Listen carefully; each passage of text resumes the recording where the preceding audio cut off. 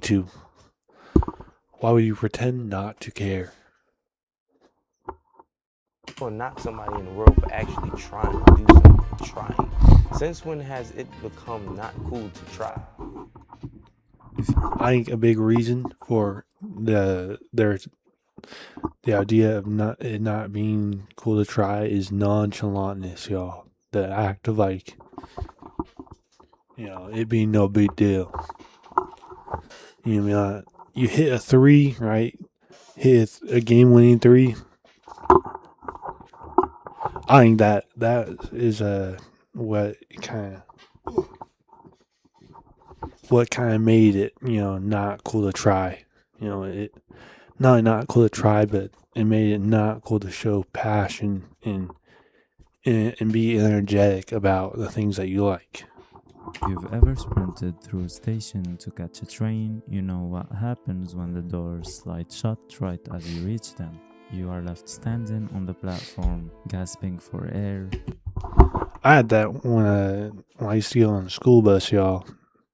I get I used to get kind of lazy with my schedule, and I remember I tried timing it. I got in a rhythm where I learned that if I wanted to make it to a bus by just walking normally, how long it take me in sprinting. And there was majority of time I got it down where if I needed to sprint, I could get there. But there was like one or two times where I had to sprint and I just didn't make it, and I seen the bus and I freaked out. Or not freaked out, but I tweaked out a little bit. With a sudden, overwhelming urge to pull out your phone and let out a casual performative sigh just to convince the people inside looking at you through the glass and the ones on the platform doing the same that you didn't actually care that much. Because the worst part isn't missing the train, you can always catch the next one. The worst part is that everyone just saw you try and you failed. Because had you simply walked, you still would have missed the train, except you would have spared yourself the awkwardness, and the next time that's exactly what you do. But as you stroll in, looking completely unbothered this time, it becomes painfully obvious through the distance between you and the doors that just closed again. Had you dropped your composure and ran like last time, you would have made it. We've learned to trade the things we actually want for the safety of looking like we don't care. Yeah, 100%, 100%. I think, trying new things a lot of times, oftentimes you kind of want to do something, but you don't want to look like an idiot doing it. You know what I mean? Like you're afraid of something. You want to be good at something, but you're afraid of the beginning of starting it, where you're oftentimes bound to look like an idiot. An example for me would be skateboarding, right? I used to be, maybe about, I did a little bit of skateboarding when I was maybe about 9 years old, and I remember going to the skate park in that time, and just the thought of everyone seeing me fall, and do something stupid, it kind of pushed me away from trying it. That's what it is. You're afraid you're afraid to look bad. Later on, I got comfortable around people, and usually at skate parks, the majority of people are chill about it. The majority of people are kind of beginners, or they're not. No one's really that pushy. But I remember having that feeling of being afraid to just because of other people. As children, our dreams are embarrassingly enormous. If you ask a child what they want to do with their life, they give you massive, unfiltered answers. They want to build rockets, they want to paint, they want to explore. But as the years So what do y'all want to do when y'all was children, bro? I don't want to say I was a weirdo, but I feel like mine was a little bit like unconventional. I was big into preaching, y'all. I want to be a missionary, but I want to preach to everyone, y'all. It was that. And for a time, I wanted to be a boxer. Uh, and what else? Those are the big ones. Or I had the common thing of being a sponsored skateboarder. What else? What else? And that's the main three that come to my head off rip. I remember a football player. Byron, it was weird because when you're younger, you really think everything's possible.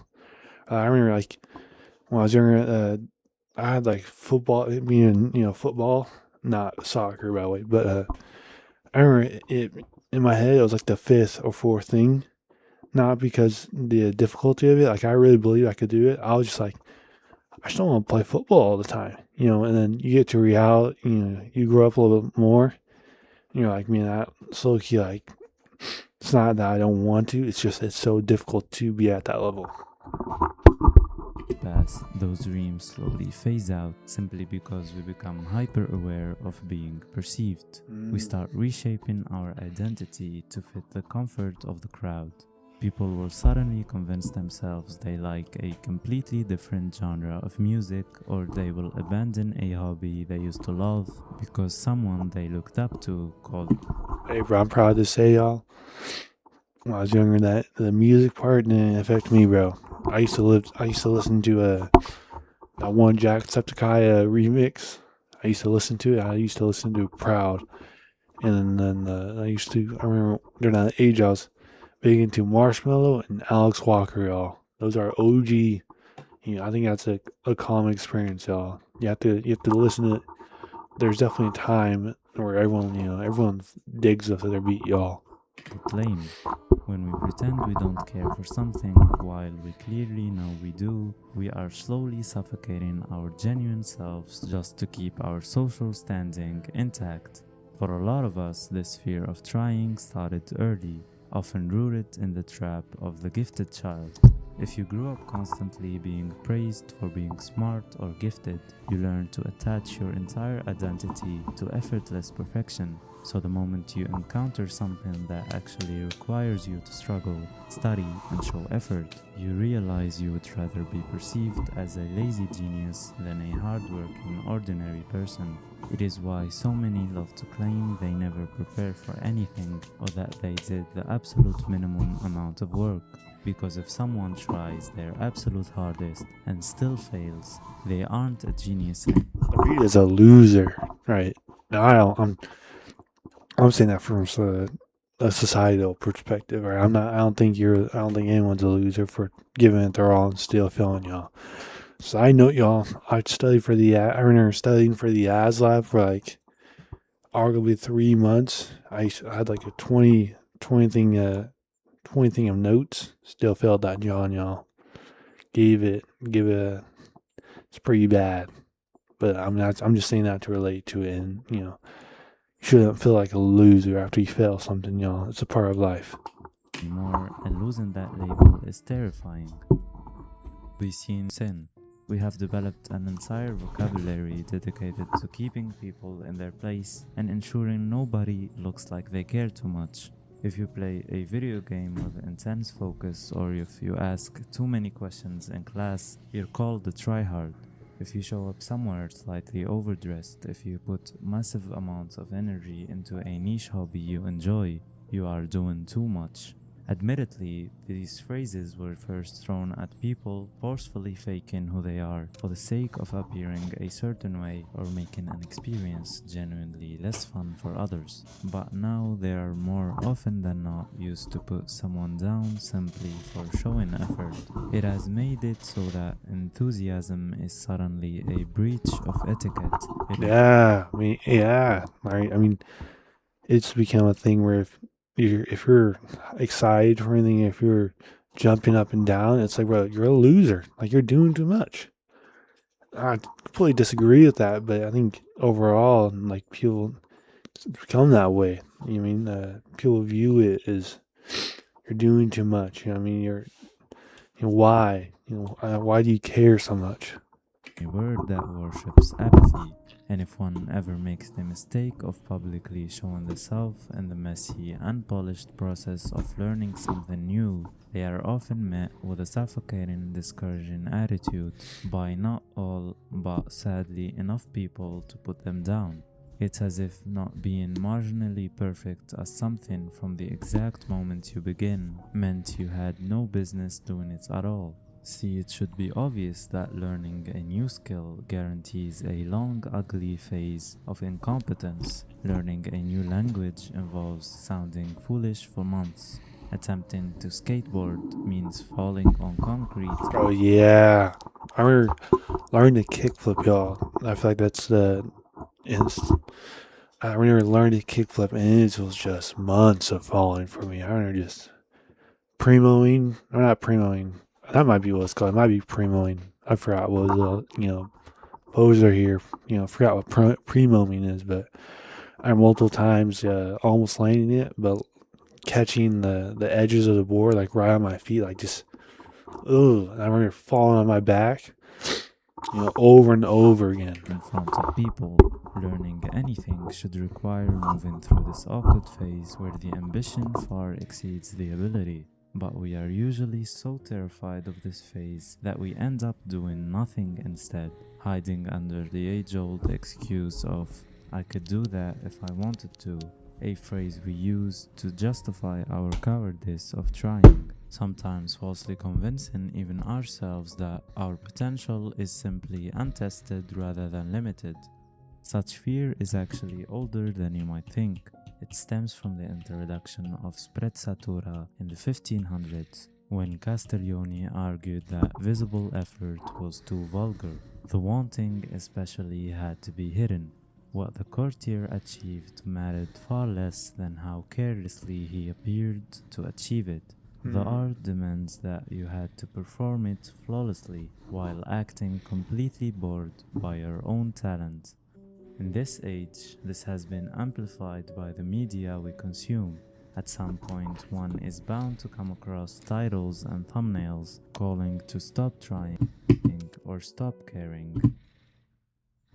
While many of these essays are actually great watches, deeply insightful and actually brilliant pieces of work, being constantly Yeah, there's definitely I understand that there's certain things that when you learn to care less about, it helps like take it. You know what I mean?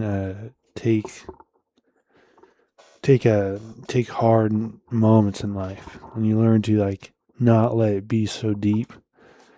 I can see that of not caring. deeply insightful and actually brilliant pieces of work, being constantly bombarded by the imagery of detachment without truly understanding the core message eventually overwhelms us. We confuse the advice to stop caring about what others think for an invite to stop caring about anything at all. Even Stoicism gets roped into this flawed logic. This idea that a strong individual is a cold, unfeeling stone that treats everything with absolute indifference. But true Stoicism stands for the exact opposite. It argues a person must care fiercely and obsessively about the things within their direct control, like their daily choices. Yeah.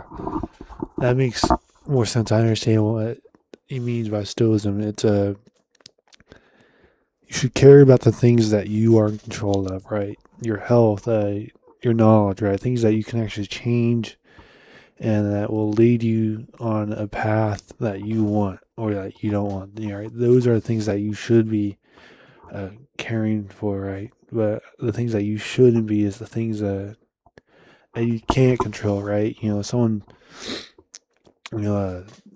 hits your car, or I mean, you rear-ended, right?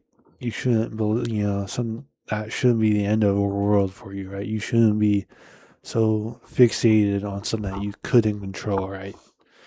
Nor maybe you lose a not you. I think you should still care if you lose someone, but you shouldn't let the death of someone uh take you off the path that you want to go, thinking that's a positive one. If that makes any sense, you two let me know. Their character, and their personal effort. The detachment part should only ever be reserved to the final outcome, because the outcome belongs to the world and not to you. Instead, we care deeply, as much as we hate to admit, about the outcome, being the reputation, the metrics, the social standing, and the way the crowd perceives us. And in an attempt to look flawless, we often end up willingly self-sabotaging our dreams. This instinct was tested in a famous psychological experience from the late 1970s regarding self-handicapping.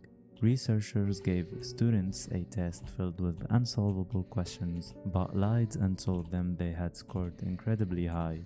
Before students took a second test, they were offered a choice of 2 pills, one that would supposedly improve their brain power and another that would actively disrupt their thinking and hinder their performance.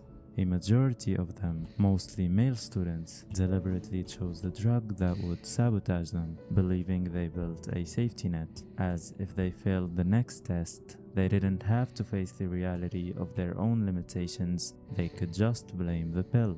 In our own ways, we still make the same choice every time we don't give much effort to a task or we hide our passions behind a layer of sarcasm, just so that if we fail, we can tell ourselves we simply didn't care, somehow deciding that being Yeah. That's a big we one. can tell our passions behind a layer of sarcasm, just so that if we fail, we can tell ourselves we simply didn't care, somehow deciding that being seen trying is scarier than spending or rather wasting a life, doing nothing but watching and mocking the few who do, because it will always be easier to sit in the audience. Think of the ancient architecture of the Roman Colosseum. 50,000 citizens could sit comfortably on an elevated stone, shaded completely from the sun, loudly mocking the exhausted man actively fighting for his life in the sand below. It costs absolutely nothing to sit in the shade and critique a bleeding gladiator. If someone is seen putting in more effort than the rest of the room without immediately achieving perfect results, the crowd will call them out for doing too much. But that criticism is rarely about the person in the sand. It's an expression of the audience's own fear. We get one life, and it's an incredibly short window of time in the grand scheme of things, to spend those few years depriving ourselves of the things we innately and deeply enjoy for the sake of looking a certain way to people who aren't even paying attention, is simply insanity. The entire point of living is to try hard for the life you actually want to live, for the things you care about, even if the people around you don't care for them. A person can always live for decades without ever risking embarrassment, maintaining a pristine record of never having looked foolish. But is that a life worth living?